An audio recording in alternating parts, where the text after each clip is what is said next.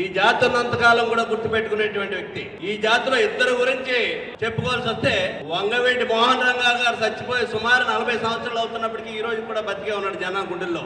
రాబోయే రోజుల్లో కూడా పద్మనాభం గారు కూడా రాబోయే తరాలు కూడా గుర్తుపెట్టుకునేటువంటి విధంగా చేసినటువంటి ఉద్యమాలు చేసినటువంటి వ్యక్తి పద్మనాభం గారు. నిజంగా ఆయన ఆత్మశాంతి చేకూరాలంటే డబ్బు ఇస్తేనో లేకపోతే పదవులు ఇస్తేనో సంతృప్తి చెందే వ్యక్తి కాదు ఆయన. ఆయన అనుకున్నటువంటిది నెరవేరినప్పుడు మాత్రమే ఆయన ఆత్మశాంతించేటువంటి వ్యక్తి. ఆయన ఆత్మశాంతి చేకూర్చడం కోసం మీరు జేఏసీగా ఉన్నటువంటి మీరు గాని పార్టీలకు అతీతంగా ఉన్నటువంటి నాయకులు గాని భవిష్యత్ కార్యక్రమం ఏంటనేటువంటిది నిర్ణయించాల్సినటువంటి బాధ్యత మన అందరి మీద ఉంది. ఇటువంటి సందర్భంలో వచ్చే 2 మాటలు మాట్లాడేసి నివాళులు అర్పించేసి వెళ్ళిపోతే ఆయన ఆత్మశాంతించడం అది మనకి ధర్మం కూడా కాదు. ఆయన ఏ కార్యక్రమం గురించి అయితే ఉద్యమం తీసుకున్నాడో అది నెరవేర్చాలనేటువంటిదే అప్పుడు మాత్రం ఆయన ఆత్మశాంతి. దానికి ఒకటేటో మమ్మల్ని ఇమ్మంటే మేము ఇస్తాం, లేదంటే మీరు నిర్ణయించి మీరు ఎక్కడికి రమ్మంటే అక్కడ మేము వస్తాం. ఏ విధంగా దాన్ని ముందుకు తీసుకెళ్లాలనేటువంటి ప్రణాళిక మాత్రం మీరు ఇక్కడ మాట్లాడేటువంటి జేసీ అని చెప్పేటువంటి నాయకులందరూ కూడా ఆలోచన చేయవలసిందిగా మనం చేస్తున్నాం. దయచేసి మనం అందరూ అన్ని పార్టీల్లో ఉన్నాం. మనం కులంలో పుట్టాం కానీ పార్టీల్లో పుట్టలేదు. మన ఈ విషయాన్ని మాత్రం అందరూ గుర్తుపెట్టుకోవాలి.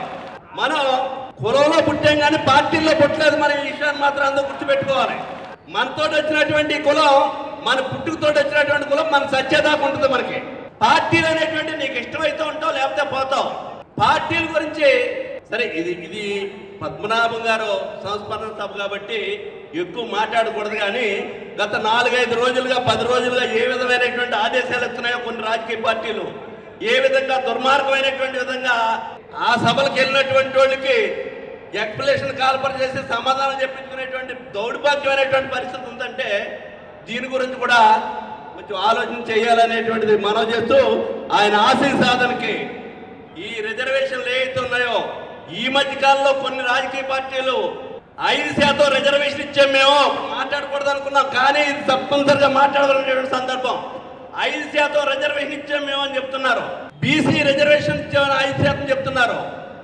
ఈడబ్ల్యూఎస్ రిజర్వేషన్ ఇచ్చామని 5% చెప్తున్నారు. అయ్యా దేంట్లో ఇచ్చినా పర్లేదు, దేంట్లో ఇస్తున్నారో చెప్పండి. ఇచ్చినటువంటి రిజర్వేషన్ జగన్మోహన్ రెడ్డి అడ్డుకున్నాడని చెప్పేటువంటి విధానం మాత్రం మంచిది కాదు. జగన్మోహన్ రెడ్డి అడ్డుకుంటే 2.5 సంవత్సరాలు అయింది. మీరు వచ్చి 26 నెలలు 28 నెలలు అయింది. మిమ్మల్ని ఎవరు అడ్డుకున్నారు? మిమ్మల్ని ఎవరిని అడ్డుకున్నారా? ఎందుకు చేయలేకపోతున్నారు మీరు?